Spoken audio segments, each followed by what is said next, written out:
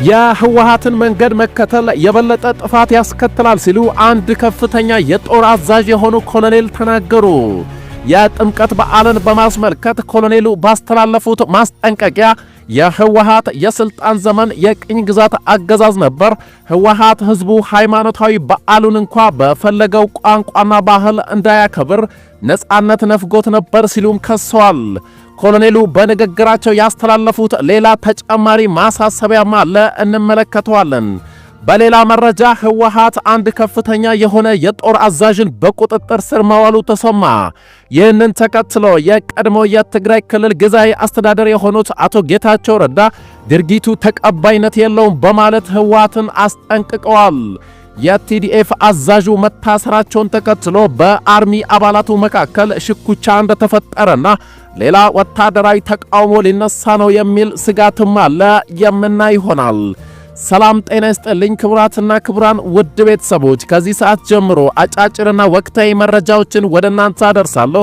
ሌሎች አዳዲስ መረጃዎች እንዲደርሳችሁ ከታችን ቻናል ሰብስክራይብ በማድረግ እስከ መጨረሻው አብራችሁን ቆዩላለሁ። የህወሓትን መንገድ መከተል የበለጠ ጥፋት ያስከትላል ሲሉ አንድ ከፍተኛ የጦር አዛዥ የሆኑ ኮሎኔል ተናገሩ።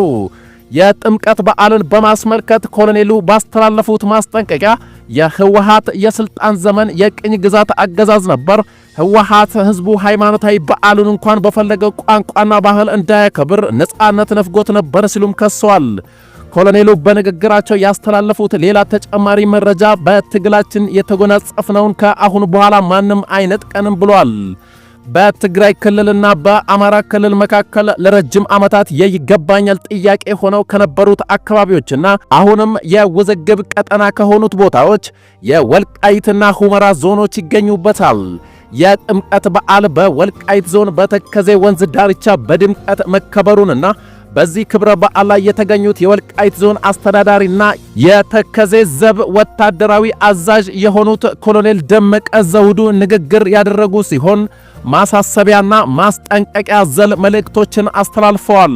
በህወሓት የስልጣን ዘመን ስር ያለፉት 27 ዓመታት የቅኝ ግዛት ነበር ሲሉ ገልጸው በህወሓት አስተዳደር ወቅት የወልቃይት ህዝብ ሃይማኖታዊ በዓሉን እንኳ በፈለገው ቋንቋና ባህል እንዳያከብር ነጻነት ተነፍጎት ቆይቶ ነበር ሲሉ አስታውሰዋል። አንድ በመሆናችንና በመተባበራችን ነጻነታችንን አውጀን አማራዊ ማንነታችንን አስከብረን በፈለግነው ቋንቋ አለባበስና ባህል የአደባባይ በዓልን ለማክበር በቅተናል ሲሉም ገልጸዋል። የወልቃይት ጠገዴ ህዝብ አማራዊ ማንነቱን በህግ አግባብ ለማጽናት እየሰራ ነው ያሉ ሲሆን ዛሬም እንደ ትናንቱ አንድነታችንን አጠናክረን ወደፊት ልንጓዝ ይገባል ብሏል። የወልቃይት ጠገዴ ህዝብ እውነቱን ይዞ እየታገለ ያለ ህዝብ በመሆኑ ፍትህ ወዳድ ኢትዮጵያውያንና የዓለም ህዝብም እውነታውን እየተረዱ ለነጻነትና ለአማራዊ ማንነታችን ስንል የከፈልነውን የማይካድራ የጅምላ ጭፍጨፋንም ጭምር ያውቃሉ ብለዋል። በዚህም በቅርቡ በኢትዮጵያ የአሜሪካ አምባሳደር ኤርቪን ማሲንጋ በቦታው በመገኘት ያደረጉት ውይይት ማሳያ እንደሆነ ገልጸዋል።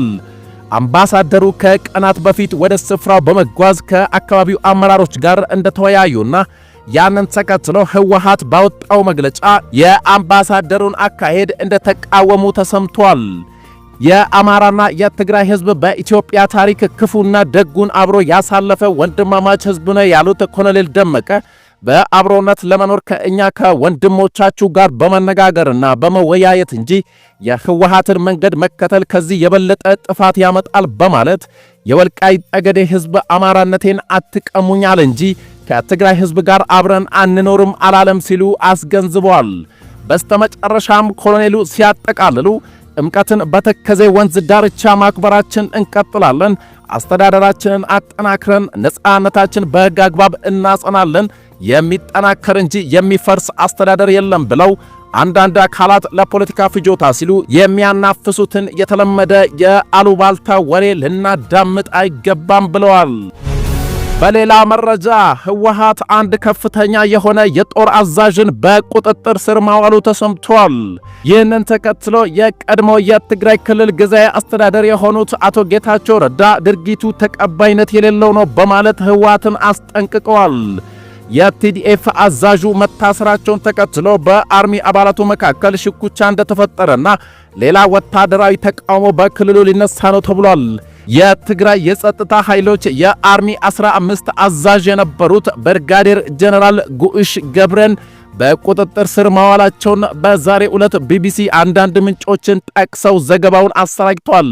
አንድ ከፍተኛ የትግራይ ሰራዊት አዛዥ እንደተናገሩት ማንም ሰው ከሕግ በላይ አይደለም፣ ስለዚህ በቁጥጥር ስር ውለው ታስረዋል ሲሉ መረጃውን ሰጥቷል። በቁጥጥር ስር የዋሉት ብርጋዴር ጀነራል ጉዕሽ ህወሓት ያካሄደውን ጠቅላላ ጉባኤ የሚደግፉትንና በአቶ ጌታቸው ረዳ ይመራ የነበረው የትግራይ ጊዜያዊ አስተዳደር ለውጥ እንዲደረግበት የጠየቁትን የክልሉ ታጣቂ ኃይሎች አዛዦችን በመቃወም ይታወቃሉ።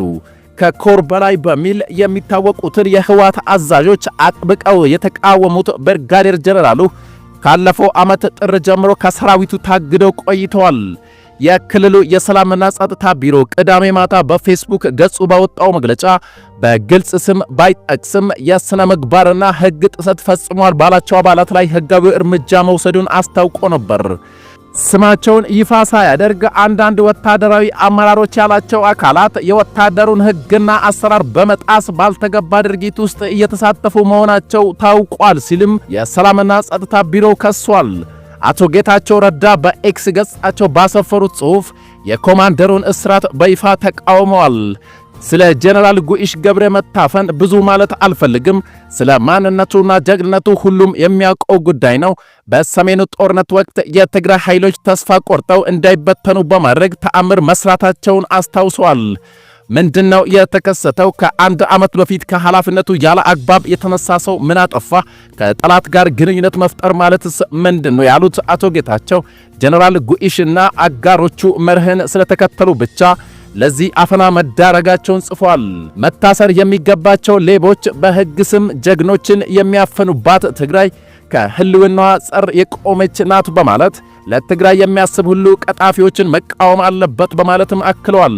የትግራይ ክልል የሰላምና ጸጥታ ቢሮ መግለጫ በተደጋጋሚ ተፈጽመዋል ያላቸው ስህተቶች ውስጣዊ ሰላምን ለማወክ መስራት፣ በወታደሮችና በአመራሩ መካከል ያለውን እምነት ለመሸርሸር መሞከርና ወታደራዊ ኃይሉ ስልጠና እንዳያደርግ እንዲሁም ለተልዕኮ እንዳይዘጋጅ ማወክ እንደሆኑ ገልጸዋል። ብርጋዴር ጀነራል ጉዕሽ በትግራይ የጸጥታ ኃይሎች በቁጥጥር ስር የዋሉትም በዚህ ምክንያት እንደሆነ ተጠቅሷል። ጉዳዩ በሰራዊቱ ሕገ ደንብ መሰረት በወታደራዊ ፍርድ ቤት የሚታይ ይሆናል ሲሉ መረጃውን ለቢቢሲ ያደረሰው ምንጭ ተናግሯል። የክልሉ ሰላምና ጸጥታ ቢሮ በተመሳሳይ ወንጀል ውስጥ በሚሳተፉ ተጠርጣሪዎች ተጨማሪ እርምጃ እንደሚወስድ አስጠንቅቀዋል። በትግራይ ጦርነት ከተዋጉ የሰራዊቱ አባላት መካከል 175 የሚደርሱ አዛዦች፣ ምክትሎቻቸው፣ የሎጂስቲክስ ኦፊሰሮች የሚገኙባቸው ሲሆን አብዛኞቹ የህወሓት የቀድሞ ታጋዮች ናቸው። የትግራይ መከላከያ ኃይል ብሎ ራሱን የሚጠራው ሰራዊት ሰኔ 2013 ዓ.ም መቀሌን ዳግመኛ መቆጣጠሩን ተከትሎ 5 ከፍተኛ የሰራዊቱ አዛዦች እኛ የህወሓት ሰራዊትን ብለው ማወጃቸው ይታወሳል። ባለፈው ዓመት ጥር ወር ላይ ደግሞ የትግራይ ሰራዊት ከፍተኛ ኮማንደሮች በፕሪቶሪያ ስምምነት የተመሰረተው የክልሉ ጊዜያዊ አስተዳደር የተጣለበትን ግዴታ እየተወጣ ስላልሆነ ለውጥ እንዲደረግበት እንዲሁም ደካማ አመራሮች እንዲተኩ መወሰናቸውን ባሳወቁበት ወቅት ወደ 10 የሚሆኑ ከፍተኛ አዛዦች ስብሰባ ረግጠው እንደወጡም ተነግረዋል። ጊዜያዊ አስተዳደሩ ኃላፊነቱን ካለመወጣቱ ባሻገር ዓላማውን እንዳላሳካ የህዝብን ፍላጎት እንደከዳና የውጭ ኃይሎች መጠቀሚያ እንደሆነ በመግለጽ ከሷል። ይህንን ተከትሎም ከትግራይ ወታደራዊ አመራሮች በተቃራኒ በመቆም የተወሰኑ ወታደሮች የራሳቸው ኃይል ሲያቋቁሙ፣ የተወሰኑት ደግሞ ከአመራርነታቸው መነሳታቸው ታውቋል።